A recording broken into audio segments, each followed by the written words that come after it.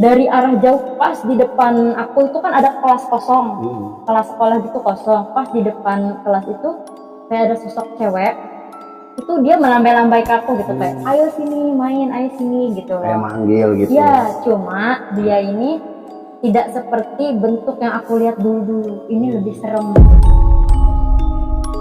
Pas waktu aku MA itu kan banyak banget ya yang di situ. Sempet ada satu makhluk yang jadi teman aku. Bener-bener jadi teman di situ, karena aku kan di situ sebagai ketua kamar, aku yang tertua gitu di antara anak-anak yang lain. Nah, aku tuh kayak nggak ada temennya, kayak aku tua sendiri di situ. Nah, si makhluk ini nemenin aku, dia bisa jadi ini teman cerita sama aku. Kalau aku lagi kesusahan, aku bisa nanya ke dia. Tapi itu wujudnya wujud seperti apa ya? Wujudnya anak kecil. Aku pernah kemasukan koci, itu bener-bener badan aku nggak bisa ngapa-ngapain. Bener-bener posisinya, maaf ya, aku contohin, posisinya bener-bener kayak gini. Dan itu nggak bisa bergerak, kayak kaku.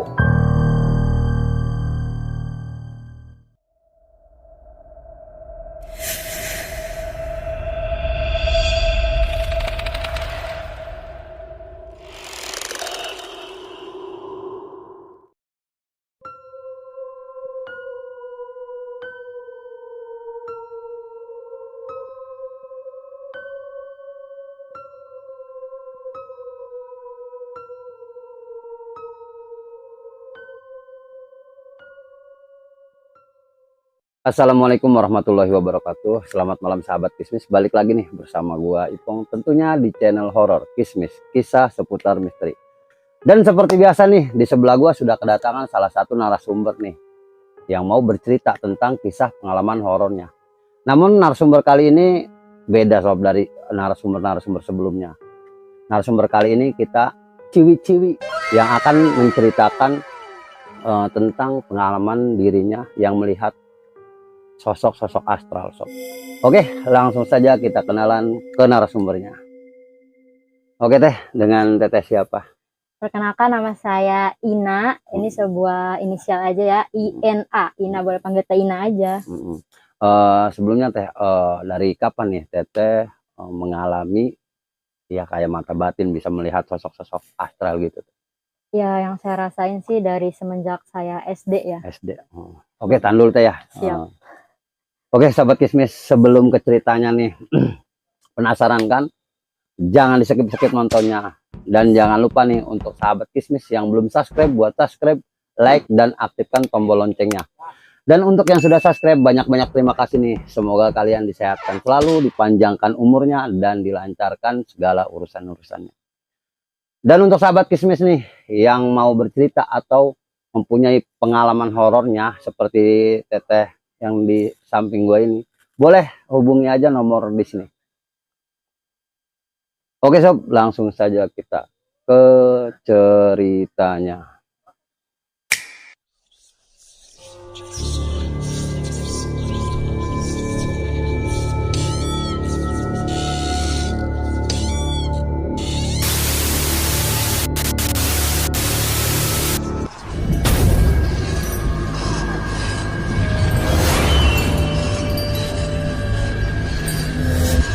Oke deh, gimana ceritanya?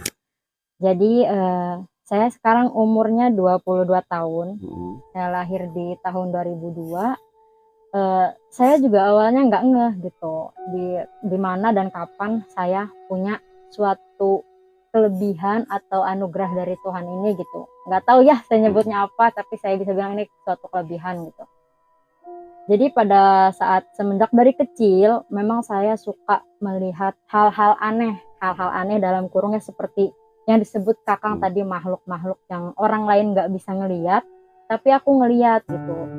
Cuma pada saat masih SD kalau nggak salah, itu aku belum nyadar kalau aku itu bisa ngelihat makhluk yang seperti itu, karena aku mikirnya orang-orang itu sama kayak kita gitu loh. Karena yang aku lihat tuh wujudnya sama gitu, nggak berbentuk yang menakutkan kayak di film-film, enggak. Jadi wujudnya sama. Pada awal mulanya yang aku rasain itu pas kelas 1 atau kelas 2 SD tahun 2009. Itu aku berusaha main ke rumah sepupu aku. di situ aku ngelihat ada bibi aku lagi tiduran. Nah, bibi aku ini kan polisi, dia pakai seragam polisi, tiduran di kasur, tapi dia itu mukanya ditutupin pakai koran gitu. Aku bangunin dong, teh si adiknya mana, aku mau main gitu kan. Dia nggak jawab dan nggak bangun gitu. Terus aku lari lah ke mama, mama kok si teteh dipanggilin nggak nyaut gitu, nggak bangun. Nah, setelah aku tanya ke mama aku, ternyata si teteh ini belum pulang kerja. Masih di kantor. Masih di kantor gitu. Jadi yang tiduran tadi itu siapa? Nah, gitu. Aku di situ nggak ngerasain hal aneh karena menurut aku ya udah mungkin nggak sengaja lewat gitu loh. Dan kebanyakan setelah beberapa tahun kemudian, aku ngerasain hal itu terus menerus gitu, ngelihat yang kayak gitu. Tapi dalam sosok keluarga aku gitu. Bukan sosok kayak seperti setan pada umumnya. Enggak. Gitu. Jadi kalau misalkan kalau di film kayak ada pocong, kuntilanak, enggak seperti itu. Justru enggak serem yang aku lihat itu pertama. Cuma kadang aku suka ngelihat di depan rumah, di ruang tamu itu kayak ada mamang ya, bahasa kitanya mah mamang gitu. Kayak ada mamang aku lagi duduk sambil ngerokok. Padahal mama aku nggak ada di rumah aku gitu loh. Jadi menyerupai keluarga sendiri. Keluarga atau teman atau siapa, pokoknya menyerupai manusia lah gitu pada umumnya. Kayak gitu. Nah, terus teh awal mula teteh ngerasa kayak gitu tuh apakah dari entah mimpi atau apa yang terasa di badan teteh itu? Kebetulan kalau mimpi sih enggak ya, aku enggak dikasih mimpi yang aneh-aneh gitu tuh. Cuma mungkin setiap aku ngeliat yang kayak gitu, perasaan dari badan aku tuh beda gitu. Kayak misalkan kaki udah mulai dingin, tangan dingin, kayak jantung tuh deg-degannya beda, lebih cepet biasanya. Kalau hal-hal aneh, ngelihat hal-hal yang aneh gitu tuh. Yang dilumnya bukan jatuh cinta ya? Bukan jatuh cinta. Terus teh jatuh bangun itu. Terus teh ya.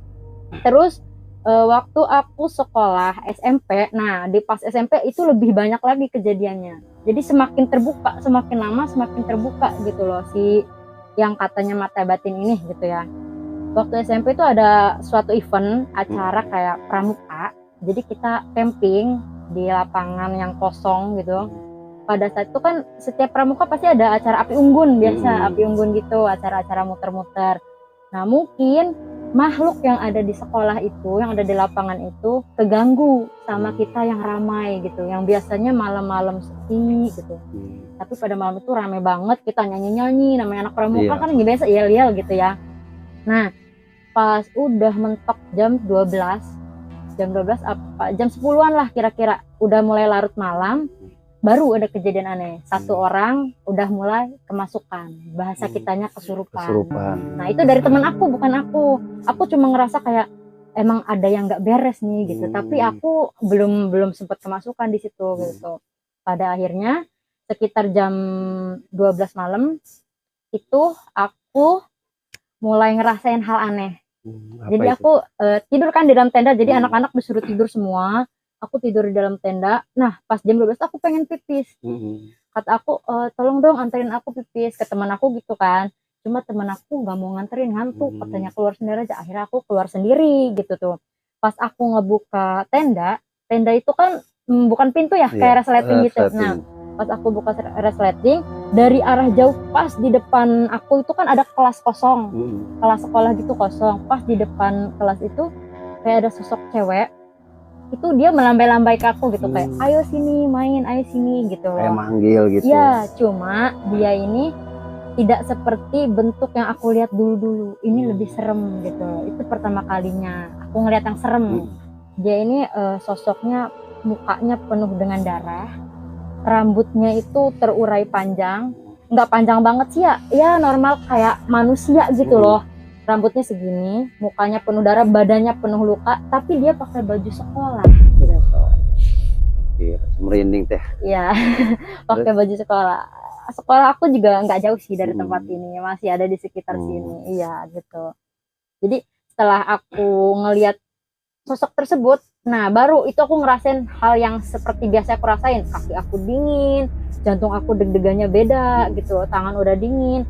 Tapi aku pikir udahlah jangan ganggu, masing-masing aja gitu. Kalau emang ini rumah kamu ya udah Jojong, aku cuma ikut acara gitu.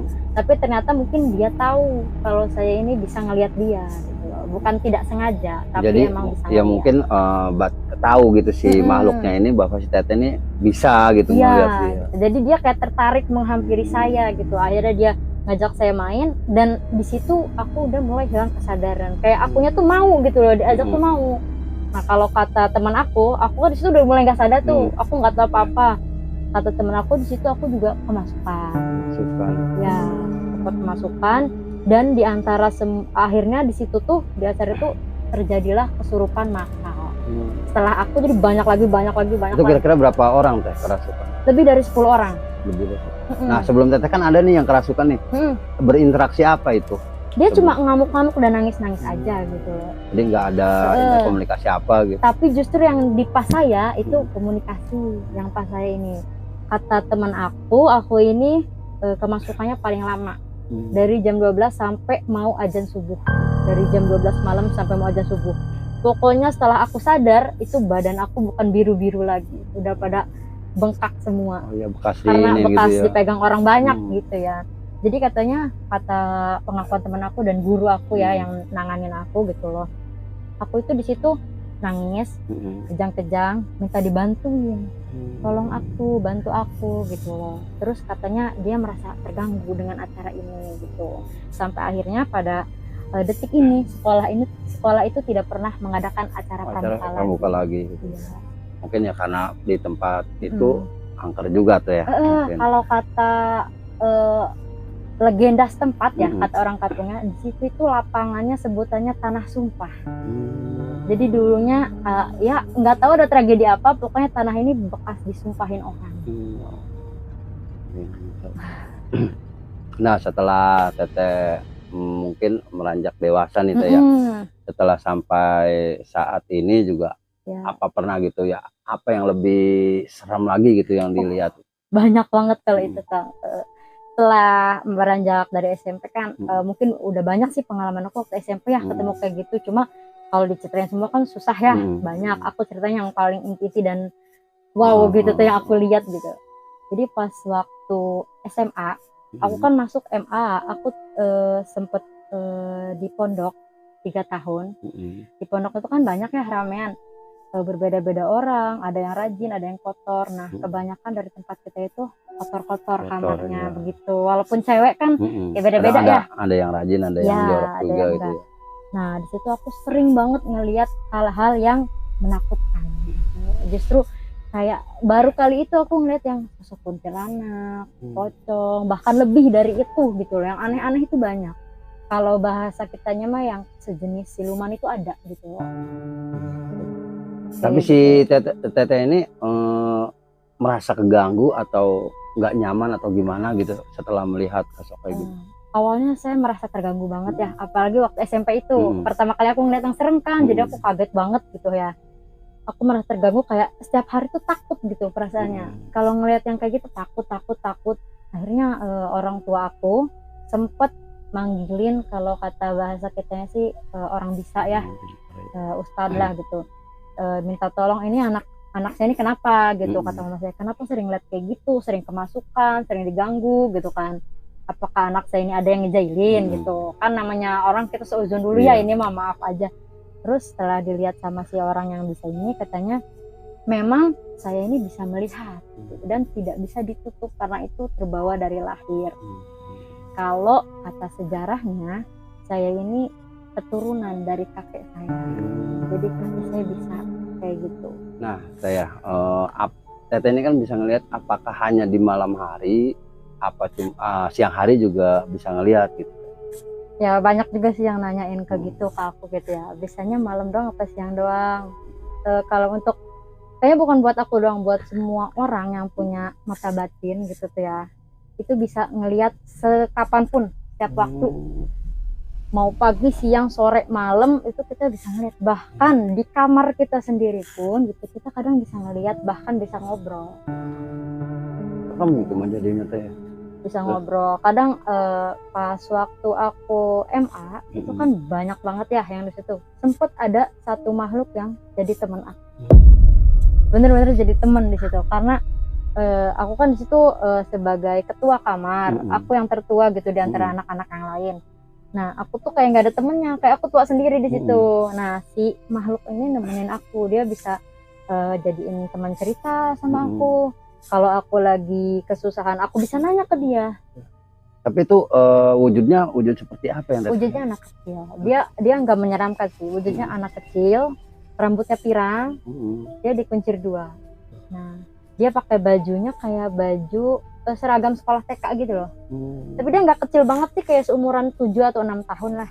SD gitu ya? Sekitar segitu. Kalau pengakuan dia ini berasal dari keturunan Belanda. Jadi dia ini berbahasa Indonesia, tapi kayak nggak fasih gitu tuh. Ya terbata-bata gitu. Terbata-bata. Jadi kalau ngedengerin aku cerita, dia ngerti, tapi dia nggak bisa nimpalin gitu loh. Terus kalau aku kayak ada masalah atau apa, ya intinya dia cuma bisa ngedengerin, nggak bisa ngasih masalah. Pada intinya dia ini kan cuma makhluk ya, bukan manusia asli kayak kita gitu loh. Nah, di situ waktu pada saat Emma itu lagi ada problema kesurupan massal juga. Jadi kalau kata isunya itu di pimpinan pondok kita itu ada yang nggak suka gitu. Jadi ada yang mengirimkan makhluk-makhluk jahat ke pondok itu. Kebetulan kebanyakan kan kalau cewek itu badannya lemah gitu. Kebanyakan yang kemasukan atau kesurupan itu cewek-cewek. Jadi sekitaran kamar aku tuh banyak banget yang kesurupan sampai badan aku ini nggak kuat nahannya. Jadi aku kan sempat dikasih, bahasa kerennya mah tameng lah, sempat dikasih tameng gitu sama orang bisa yang di kampung aku, ini untuk kamu nahan gitu supaya nggak kemasukan terus. Cuma pada saat itu di pondok itu karena saking banyaknya makhluk yang kayak gitu, yang misalnya negatif lah, kan makhluk yang seperti itu juga ada yang negatif, ada yang positif gitu. Kebanyakan yang di situ itu negatif. Nah, aku nggak kuat nahan badan aku sampai setiap malam aku kesurupan. Nah, di kamar itu teh berapa orang gitu? Di kamar itu jumlah orangnya ada 22 orang. Cuma yang kemasukan itu sekitar 2 atau 3 orang.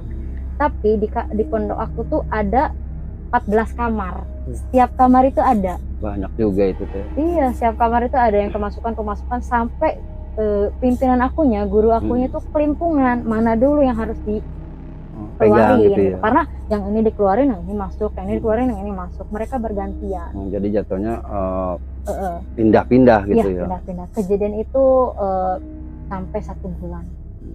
1 bulan di pondok itu ricuh pokoknya. Kalau pagi sampai sore datar, kita biasa aja beraktivitas kayak biasanya gitu loh. Pas malam udah jam 10 malam ke atas itu baru sih itu bekerja. Sampai pada akhirnya mungkin namanya pimpinan aku walaupun disebutnya kiai gitu, mungkin dia juga kan punya keterbatasan dalam hal ilmu yang seperti ini gitu ya. Dia manggil orang bisa. Sampai diambillah bambu runcing, bambu kuning, garam, semua pokoknya usaha dilakuin. Iya, buat istilahnya nyingkirin makhluk-makhluk ini. Nah, dan pasnya lagi area asrama pondok aku ini belakangnya Kali Banten. Kali Banten ya. Jadi pas di kali itu ngumpulnya bisa banyak ngumpulnya. Bahkan ada yang pas kesurupannya sampai lari ke kali. Nah, jadi yang kerasukannya itu langsung lari ke kali sampai yang ngejagain tuh 5 orang cowok kalau nggak salah. Walaupun kita cewek ya, tapi kalau udah kemasukan tuh kekuatan kita lebih berkali-kali lipat daripada si cowok itu gitu loh. Nah ya kan Teteh di situ punya temen nih makhluk astral.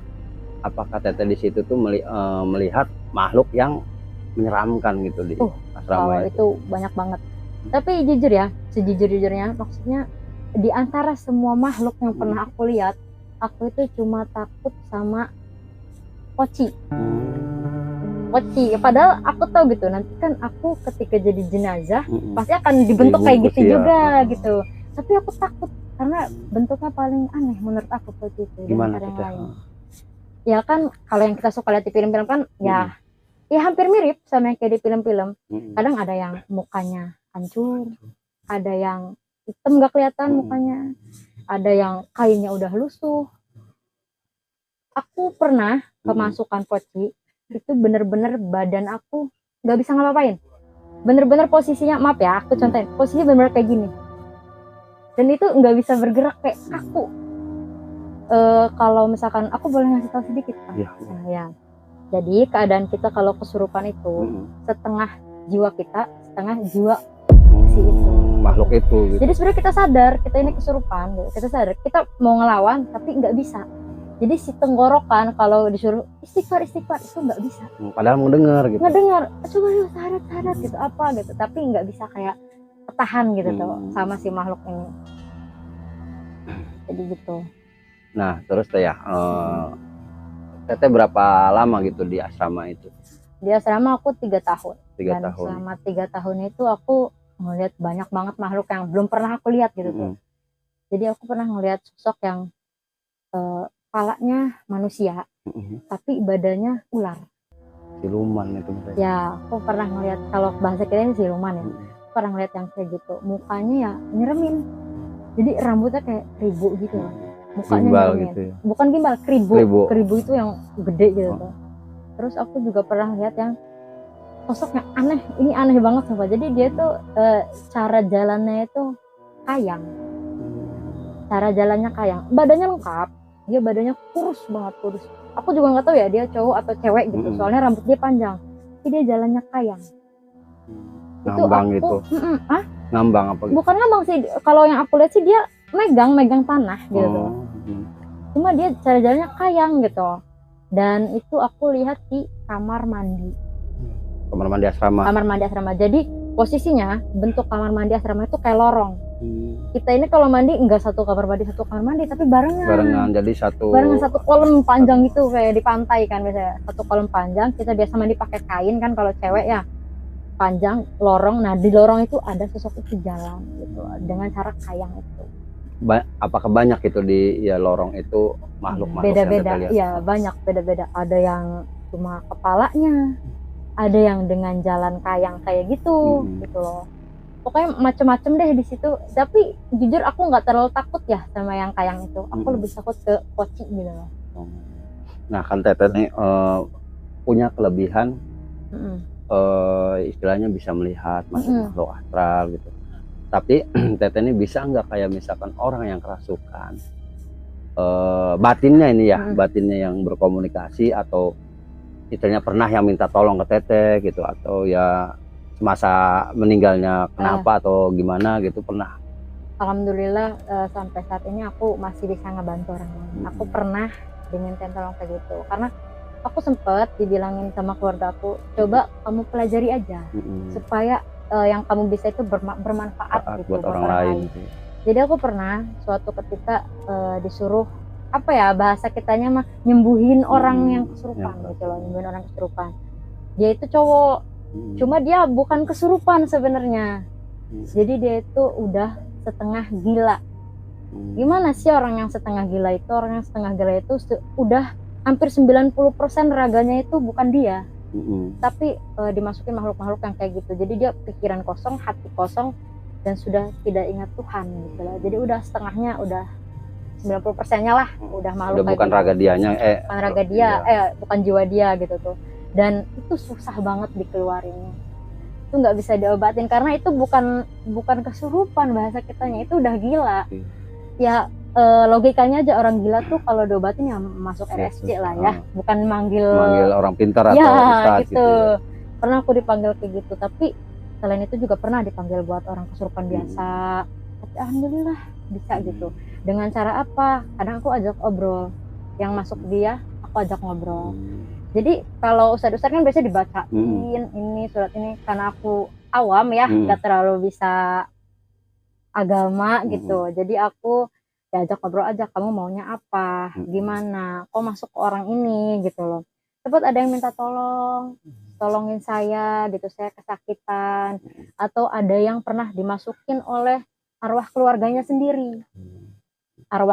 sendiri. Jadi si keluarga ini tidak pernah mendoakan orang yang sudah wafatnya. Jadi mengingatkan lah ya, intinya. Mengingatkan. Jadi kenapa kamu nggak ngirim-ngirim doa ke saya gitu. sebenarnya aja orang yang sudah meninggal itu nggak akan bisa hidup lagi gitu. Tapi yang suka masuk ke kita itu adalah korin dari orang tersebut gitu tuh. Jadi dia bisa merekam jejak semua ceritanya, sama kayak yang lagi viral itu kan. Sebenarnya itu bukan dianya tapi korinnya gitu. Bukan arwahnya. Bukan gitu arwahnya, iya.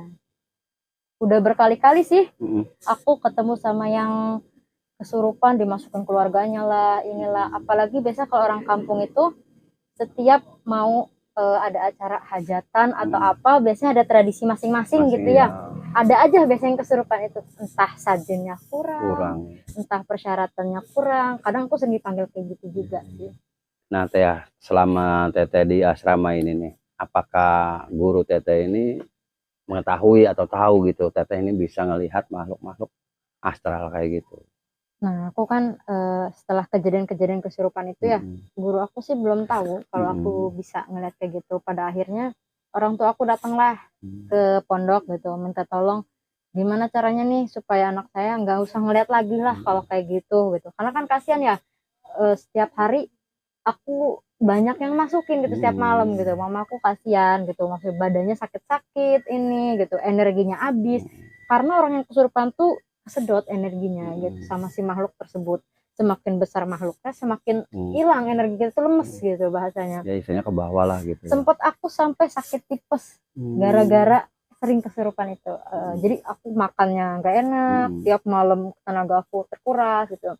Akhirnya orang tua aku nanya lah ke guru aku gitu ya. Guru aku bilang begini, jadi si Enongkin kan bisa melihat makhluk astral. Gimana sih cara ngobatinnya? Kalau udah dari keturunan, dia ini nggak bisa diobatin. Jadi nggak bisa ditutup, kecuali kita melakukan ajian atau pelajaran-pelajaran supaya kebuka sendiri gitu mata batinnya. Tapi kalau aku kan enggak ya, emang dari lahir atau dari kecil gitu udah bisa. Kata guru aku, cara nutupnya ya dengan cara nikah. Jadi aku akan ketutup setelah nikah. Karena makhluk-makhluk ini tuh suka sama aku yang masih gadis, bahasa ininya mah gitu. Single lah gitu. Masih single gitu. Jadi kalau setelah nikah, aku kan udah milik suami aku, maka si makhluk-makhluknya nggak akan suka lagi sama aku dan akan ketutup dengan sendirinya gitu loh. Begitu. Nah, setelah bertanya kayak gitu ya, akhirnya kita udah nggak ada jalan keluar lagi ya selain itu. Jadi ya udahlah, jalanin aja dulu gitu. Dengan keadaan yang seperti ini, dengan ketidaknyamanan yang aku rasain gitu loh. Jadi kayak gitu sampai detik ini gitu. Tapi sudah terbiasa lah gitu si Teteh. Ya, yang udah ngelihat-lihat kayak gitu yang udah terbiasa. Tadinya takut gitu. Sekarang udah ya udahlah gitu. Tapi sempat pernah gitu tuh lihat kayak misalkan Teteh ini lagi sendiri melihat sosok terus tiba-tiba takut sendiri gitu. Selama sosok itu nggak ngagetin, aku nggak akan takut. Maksudnya kayak ya udah cuma lewat aja. Tapi kalau tiba-tiba ada di depan muka aku, kan suka namanya makhluk kan bisa tiba-tiba muncul ya. Tiba-tiba muncul. Nah, itu aku takut. Kalau dikagetin aku takut. Nah, kan Teteh ini setelah keluar dari asrama itu, apakah yang tadi temen Teteh itu ya, yang makhluk astral itu apa ngikutin gitu? Iya, kembali lagi ke temen aku yang si orang Belanda ini ya. Jadi ketika aku lulus MA atau madrasah ini, dia sebenarnya pengen ikut sama aku. Jadi pengen nemenin aku terus gitu. Tapi kita terhalang, nggak bisa. Karena kalau bahasa makhluk halus itu, kalau dia sudah terikat di suatu tempat, dia nggak akan bisa pergi kemana-mana. Jadi dia udah ada ikatan di situ. Dia ini ada ketuanya, ada ketua gengnya istilahnya gitu. Dia nggak bisa. Nggak bisa lah gitu. Nggak bisa keluar asal semena-mena. Dan aku pun istilahnya aku mondok di situ kan ya numpang hidup aja sementara gitu di situ, nggak selamanya. Dan aku nggak bisa ngambil apapun yang bukan milik aku di tempat itu gitu. Kalau kata sejarahnya sih, ya pondok aku tuh dulunya bekas kayak bangunan kerajaan Banten gitu, yang dekat Kali Banten itu. Ya, makanya di situ ada gitu ya. Di situ ada orang Belanda, ada orang pribumi, ada penjajah. Aku sering lihat kayak gitu, ngeliat makhluk-makhluk yang berpakaian kayak seragam prajurit lah gitu. Sering aku ngeliat yang kayak gitu. Nah, kalau misalkan seumpama ini Teh, entah ya saudara atau keluarga ya yang meninggal, apakah pernah Teteh ngelihat itu sosoknya setelah meninggal? Kalau untuk itu sering. aku sering banget ngeliat gitu loh. Sosoknya memang keluarga aku atau saudara aku, tapi aku nggak percaya kalau itu saudara aku, karena aku udah tahu gitu ilmunya ya. Aku udah tahu ini nih bukan dia sebenarnya, cuma mungkin dia ingin menyampaikan sesuatu, ya sok sampaikan aja gitu. Biasanya aku kalau orang kamu kan ada biasanya namanya haulan. Nah biasanya saudara atau keluarga kita yang sudah wafat, sebelum dia haul, dia akan datang mengingatkan gitu ya, mengingatkan kayak ini nih hari meninggal aku gitu. Kalau kata kita yang ulang tahun lah gitu. Nah Teh ya, mungkin kan Teteh nih sensitif sekali gitu sama makhluk-makhluk astral. Apa pernah gitu Teteh nih waktu di jalan mau membawa kendaraan atau ya jalan gitu melihat sosok-sosok tersebut gitu? Ya kan aku juga tadi udah bilang ya, kalau kita ini yang bisa melihat mata batin tuh kapanpun dimanapun setiap saat pasti bisa ngelihat. Jadi mau kita di jalan pagi, siang, sore atau malam, kalau memang ada makhluk tersebut pasti ada. Bahkan aku sering ketuker nih kalau malam-malam ya. Kalau siang-siang karena cahaya terang, makhluk seperti itu nggak suka sama cahaya terang. Jadi biasanya malam lebih banyak dia itu kan. Aku pernah kan jalan malam naik motor, aku kadang nggak bisa ngebedain ini pohon pisang atau poci gitu. Jadi bener-bener mirip. Poci itu kebanyakan emang di pohon pisang gitu. Bener-bener mirip dan ya nggak bisa ngebedain gitu tuh. Ini poci atau pohon pisang. Terus kadang suka kalau malam lewat pemakaman atau apa, kadang saking aku nggak mau ngeliat gitu ya, karena aku kan kalau di pemakaman tuh emang tempatnya rame banget itu. Saking aku nggak mau ngeliat, karena aku pernah sampai merem, nunduk, tutup telinga di atas motor itu, karena aku nggak mau ngeliat itu gitu loh. Karena kadang suka ngeganggu perjalanan kita, entah dia pura-pura lewat, kan kita hawanya kayak mau nabrak orang gitu. Kalau kita ngeliat, gitu. Kalau kita ngeliat. Makanya aku mending merem aja gitu tuh, selagi jalanan itu sepi. Kayak gitu. Nah setelah Teteh keluar nih dari asrama ini nih gitu, kan mungkin aktivitas Teteh di situ beda gitu tuh. Nah apa yang sering ya aktivitas yang mungkin Teteh alami gitu, terus ngelihat sosok-sosok itu? Jadi kan aku setelah lulus dari asrama itu ya, aku nggak langsung kerja kan. Aku ya beberapa bulan dulu di rumah. Kalau sama makhluk-makhluk yang ada di rumah ya aku udah terbiasa. Istilahnya udah kenal ini rumah aku dan mereka makhluk-makhluk yang tinggal di rumah aku. Gitu. Udah terbiasa kita beraktivitas masing-masing. Kadang berkomunikasi pun hanya ya sepentingnya, dia bukan temen aku gitu loh. Jadi ya udah lalu lalang aja gitu loh. Nah setelah masuk kerja, aku kan kerja di salah satu kantor ya di sini. Yang namanya kantor itu penuh dengan manusia, penuh dengan kebisingan, suara komputer, suara printer, begitu ya. Jadi aku pernah sewaktu-waktu kerjaan aku belum beres, masih numpuk sampai sore. Harusnya batas aku pulang itu jam 3 sore. Tapi aku pada saat itu sampai jam 5:30 mau maghrib belum pulang. Posisinya di situ cuma ada sekitar 3 orang lah. Aku dan beberapa teman aku yang ngebantuin aku gitu pekerjaan itu. Nah, karena kondisi kantor semakin malam tuh lampunya nggak terlalu terang gitu ya, penerangannya nggak terlalu membantu ya. Kalau bahasa kitanya remang-remang gitu. Makhluk yang seperti itu justru suka yang remang-remang Kang gitu. Mendingan kalau mau terang sekalian, kalau mau gelap sekalian gitu loh. Kalau remang-remang justru makin banyak yang kayak gitu. Jadi setelah aku ketahui di kantor tersebut, pada pagi sampai sore tuh kegiatan kita manusia, kegiatan kita kerja dari sore sampai malam, kegiatan mereka gitu. Jadi aku udah jadi gantian, mereka loh yang duduk di sini gitu, mereka loh yang ada di depan komputer ini gitu. Terus aku pernah tuh lewat kan, karena pada jam mau maghrib itu aku kebelet pipis. Nah di situ kan cuma bertiga, yang dua ngerjain kerjaan, aku sendiri dong ke kamar mandi. Tiba-tiba ada satu ruangan yang pintunya ketutup. Nah si pintu itu kebuka sendiri gitu ya. Tapi si makhluknya ini tidak menampakkan sosoknya ke aku. Sampai aku bilang, udahlah kalau mau main aja sendiri gitu, nggak usah ngajak-ngajak aku gitu loh. Jadi itu kebuka sendiri. Pas aku ke kamar mandi, ada lagi yang ngegangguin. Tiba-tiba si keran nyala sendiri, tapi nggak nunjukin sosoknya gitu loh kan. Cuma ya istilahnya kayak benda-benda apa gitu yang ya, digerakkan. Kayak keran, tiba-tiba ada gayung jatuh gitu, kayak gitu. Aku sering banget. Nah pas waktu ketika pulang itu kan hampir jam 6:30 malam pulangnya, setelah beres kerjaan tuh 6:30 malam aku pulang. Aku kerjanya kan di lantai 2. Nah pas aku turun di tangga itu ada yang ngintip, ada yang ngintipin kayak kayak gini loh, gitu doang. Jadi palanya doang, gitu. Palanya doang yang kelihatan. Nah di bawah itu kan ada ruangan arsip. Arsip kan kayak kertas-kertas udah bertahun-tahun dari 1909 sekian lah. Itu ada di situ. Arsip tuh bener-bener sumpek, mupek, gelap dan dingin. Di situ AC-nya bagus banget dinginnya. Aku sempat ngeliat Poci ada di situ. Jadi Poci itu emang suka sama tempat-tempat yang sempit dan gelap gitu. Sama kayak ruangan tersebut, tempatnya sempit, banyak rak-rak buku. Di situ banyak sela-sela mereka bersembunyi gitu loh. Bahkan ada kejadian beberapa satpam yang sering ngalamin horor-horornya itu di situ. Jadi gini tuh ya, jatuhnya jadi setelah karyawan-karyawan pekerja di situ udah pada pulang, jadi ganti aktivitas mereka yang kayak kerja lah, pura-pura mainin kertas, apa ngacak-ngacak, suka ngejatuhin pulpen. Jadi kalau misalkan kita nih udah rapi nih pulang nih, meja udah rapi, besoknya kok tiba-tiba pulpen saya di sini ya gitu. Itu mereka sebenarnya. Sering sih yang digangguin, karyawan yang digangguin siang hari juga sering. Cuma kan mereka nggak menampakkan dirinya dan kita yang orang awam ini nggak ngelihat gitu. Jadi nggak tahu gitu.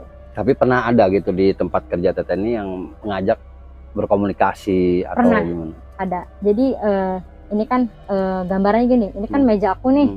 Jadi suka ada yang nongol-nongol dari bawah meja aku. Suka ada yang nongol-nongol dari bawah meja kayak ngajak main gitu. Kata aku, udahlah, saya ini mau kerja gitu. Kamu kalau mau main ya udah sama teman-teman kamu, jangan sama saya. Saya bukan bangsa kamu gitu loh. Aku kayak pengen ngasih tahu dia, tapi tiap hari dia kadang gangguin aku, dan setelah aku tahu ya emang ini tuh tempatnya dia. Tempat aku duduk nih tempatnya dia gitu loh. Kalau malam tuh dia yang duduk di sini gitu. Jadi kayak gitu kalau kejadian-kejadian di kantor kayak gitu. Jadi pernah juga Teteh tuh kerja sampai malam gitu? Pernah, lembur sampai jam 6:30, sampai jam 7, ya mentok habis maghrib lah gitu. Mungkin sekarang juga masih kerja di situ? Masih kerja di situ.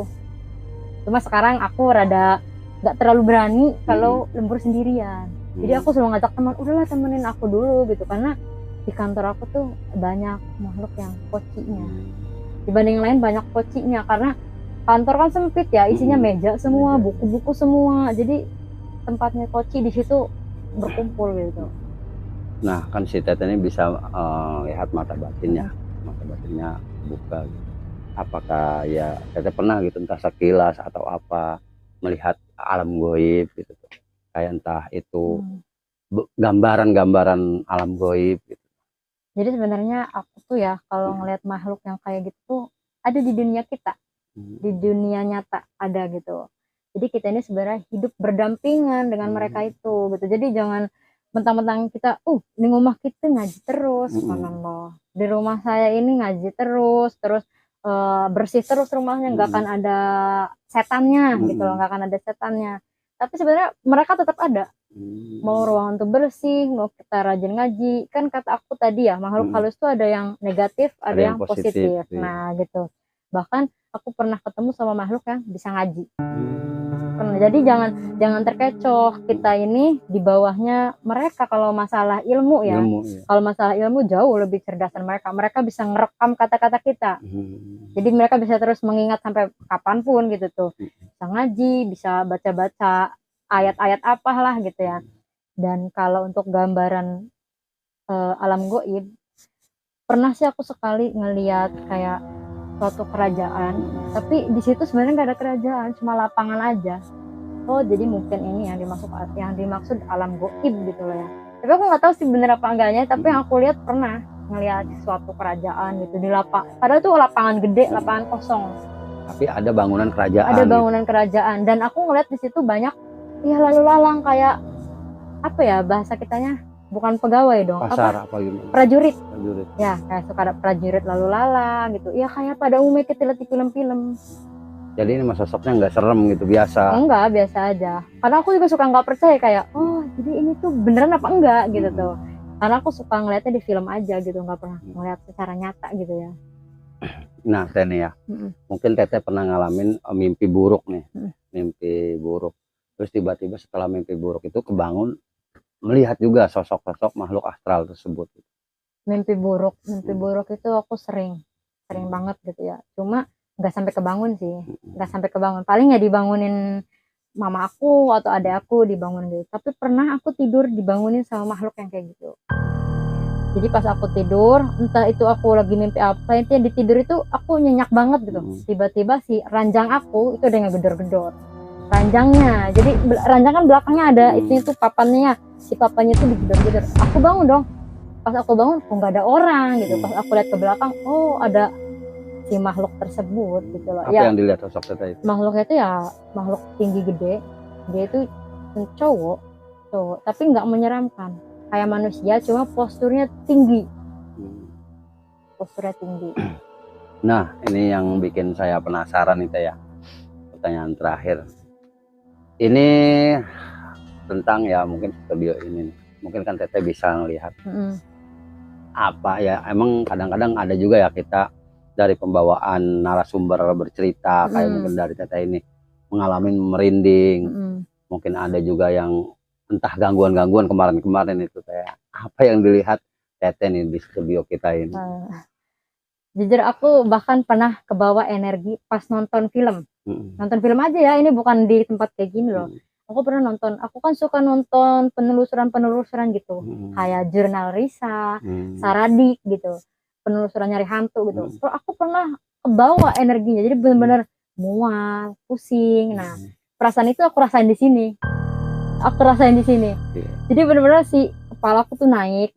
Makanya dari tadi aku ceritanya cepet. Jadi kayak mual, bawaannya tuh mual di sini tuh. Pas aku tadi baru datang, itu kayak wah auranya udah gimana, gelap-gelap gimana gitu ya. Udah pasti ketarik. Jadi kalau makhluk halus itu ketika kita bercerita maupun itu bukan ceritain tentang dirinya, dia akan ketarik. Energinya gitu. Dia akan nyamperin. Bukan energinya, dia akan nyamperin. Jadi kayak wah ini lagi ceritain teman-teman kita nih gitu tuh. Ayo gitu. Kayak jadi gitu. kayak nyamperin gitu. Nyamperin gitu. Makanya kenapa di ruangan ini rasanya beda gitu ya. Karena emang di sini kan sering banyak yang cerita. Jadi mereka tahu di sini tempat orang-orang yang cerita hal-hal kayak gitu. Merinding. Apalagi tadi pas aku lihat keadaan di luarnya mendukung banget nih, banyak pohon-pohon bambu gitu ya. Tidak ada orang dan kurang penerangan gitu. Di sini sih terang, tapi pas di luar kan gelap gitu. Tapi ada gitu sosok yang maaf nih yang Teteh lihat gitu. Kalau aku ceritain tapi takut nanti kakaknya takut nih. Janganlah. Oke ya. Jadi ya mungkin sampai saat ini juga Teteh. Punten Kak, aku mau bilang satu nih. Tadi ada sosok yang nyerupain salah satu topeng kakangnya di sini. Ada satu, bener-bener mirip mukanya. Aduh. Makanya aku pas masuk sini kok topengnya dibuang gitu, kemana nih? Rinding sob. Oke, jadi gini Teh ya. Mungkin kan Teteh sampai saat ini juga masih bisa, kecuali yang tadi Teteh ngomongin ya, kalau misalkan ini nggak bisa ditutup gitu, karena ini bawahan dari lahir. Kecuali Teteh udah menikah, baru ini bakal menutup sendirinya. Nah, pernah nggak sih Teteh nih kayak misalkan depresi atau gimana? Kok saya ini bisa begini? Kok saya ini bisa ngelihat kayak gini? Kenapa nggak orang lain aja? Kenapa nggak diturunin di keluarga saya yang lain gitu? Pernah banget itu. Aku sering ngerasain itu sih. Jadi kayak si makhluk ini tuh bener-bener rebutan pengen curhat. Bahasa kerennya pengen curhat ke aku gitu loh. Cerita mereka, asal muasal mereka bisa meninggal gitu, rebutan. Karena akunya udah dong, aku capek gitu. Depresi, pernah aku depresi kayak ya aku juga manusia pengen cerita ke orang gitu. Aku nggak mau cerita ke kamu gitu.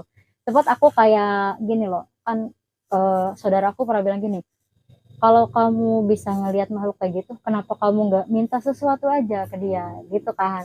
Aku bilang gini, aku nggak mau bergantung sama makhluk halus. Kalau mau dia yang bergantung sama saya gitu loh. Jadi kita tuh jangan sampai tunduk sama ilmu-ilmu yang kayak gitu. Justru mereka yang harusnya tunduk sama kita gitu loh. Karena ya istilahnya derajatnya manusia itu lebih tinggi daripada mereka. Apalagi kalau misalkan ada hantu yang bahasa kasarnya ngelunjak gitu. Ngelunjaknya itu apa? Dia pengen kita minta maaf ke dia, pengen salim ini itu, biasa ngaku-ngaku abah nih abah gitu tuh. Suka ada yang kayak gitu kan.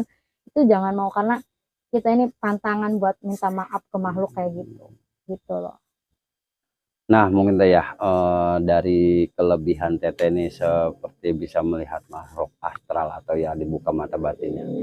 Pesannya nih untuk ya mungkin manusia yang beda dari teteh ini, gimana untuk menanggapinya gitu. Pesan dan kesannya Pesan gitu ya dan Kang ya. kesannya ya. Kesannya yang pertama nih, aku senang banget sih bisa diundang ke sini gitu ya. Jadi aku bisa ngelihat oh kayak gini loh ruangannya, karena aku biasanya nonton dari YouTube aja gitu kan. Jadi bener-bener di sini tuh menegangkan guys, jangan lupa ditonton, pokoknya bener-bener merinding.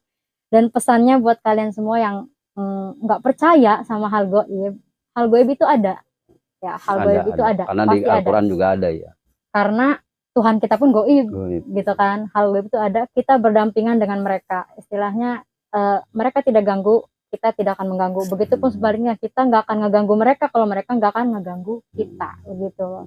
Jadi boleh percaya boleh enggak, tergantung keyakinan masing-masing aja. Yang pasti hal goib itu ada. Oke sob, mungkin di segmen kali ini banyak merindingnya ya sob. Ya baru tahu juga nih tempat kita ini ya mungkin agak serem lah menurut pandangan si teteh. Mungkin itu saja cerita di minggu kali ini bersama Teh Ina ya. Cukup serem banget dan mungkin ya jarang-jarang gitu orang yang bisa mempunyai lah istilahnya, itu juga kan kelebihan dari karunia dari Tuhan, karunia dari Allah gitu ya, yang Maha Kuasa yang menghendaki ke diri kita. Mungkin kalau diserahkan ke orang lain mungkin nggak bisa gitu, makanya diserahkan ke kita. Oke sob, mungkin itu saja. Jangan lupa nih untuk sahabat Kismis yang belum subscribe, buat subscribe, like, dan aktifkan tombol loncengnya agar tidak ketinggalan cerita-cerita dari Kismis. Oke, mungkin itu saja. Terima kasih Teh. Iya, sama-sama. Assalamualaikum warahmatullahi wabarakatuh. Dadah.